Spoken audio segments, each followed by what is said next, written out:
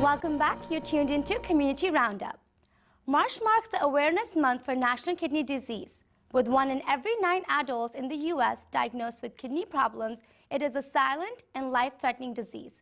To discuss the impact of this disease and its prevention in the South Asian communities, TV Asia's Seema Govil sat down with Dr. Arti Gupta in Dallas. Dr. Arti Gupta is a nephrologist specializing in kidneys and provided some great tips and resources regarding kidney disease for our viewers. Let's now take a look at some of the segment. Dr. Arti Gupta is very active in the Indian community as well as on the board of several organizations.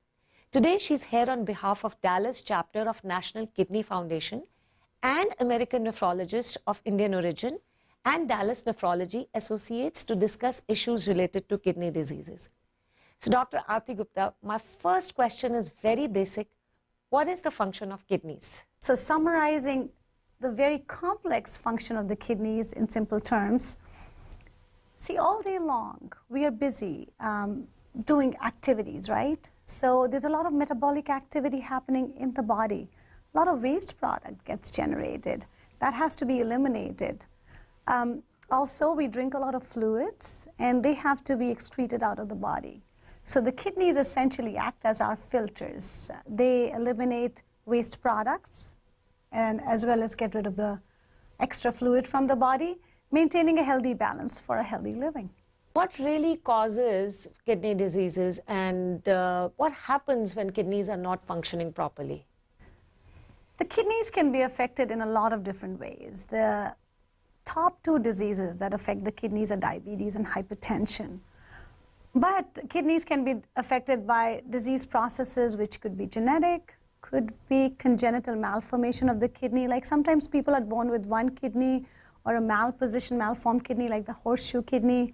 Kidneys can have stones, kidneys can have cancer, kidneys can have vascular problems or diseases like rheumatological diseases or glomerulonephritis can affect the kidneys.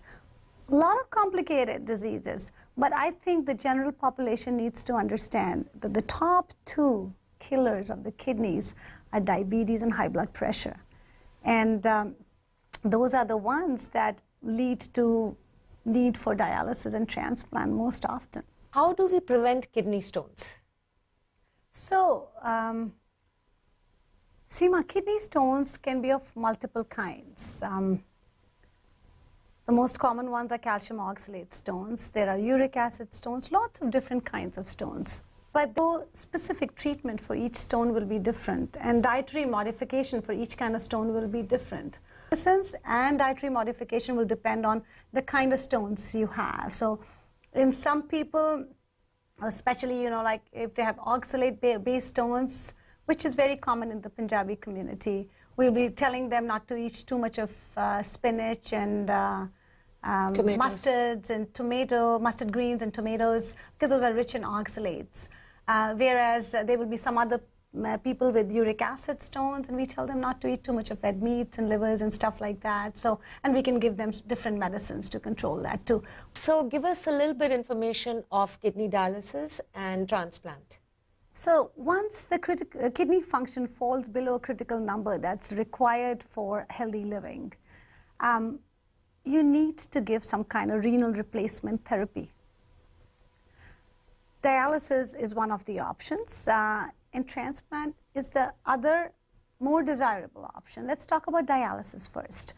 The 2 kinds of dialysis we have available are hemodialysis and peritoneal dialysis. Hemodialysis means you're cleaning the blood. So, most of the time you'll see somebody having a fistula in their arm, needles are put in, you take the blood circulates through a dialysis machine and comes back clean to the patient. The other option is something called peritoneal dialysis, where a catheter is placed in the abdominal cavity, and the dialysis process is done by placing fluid in the abdominal cavity and then exchanging it with clean fluid, draining out the dirty fluid, putting the clean fluid in. Transplant is a new lease on life. The life expectancy, the quality of life, overall health and well-being, and productivity to the society of these people is so much better. Thank you so much, and you gave us very important nuggets about kidneys and our overall health and how we should take care and how we could prevent a lot of diseases. So I appreciate you coming by today, and thank you so very much, and all the best. So, thank you, Seema, and thank you, TV Asia, for giving me this opportunity to be the voice of National Kidney Foundation and ANAYO to be able to give this simple information to the community. And I really hope this will help people take better care of their kidneys and keep our kidneys healthy.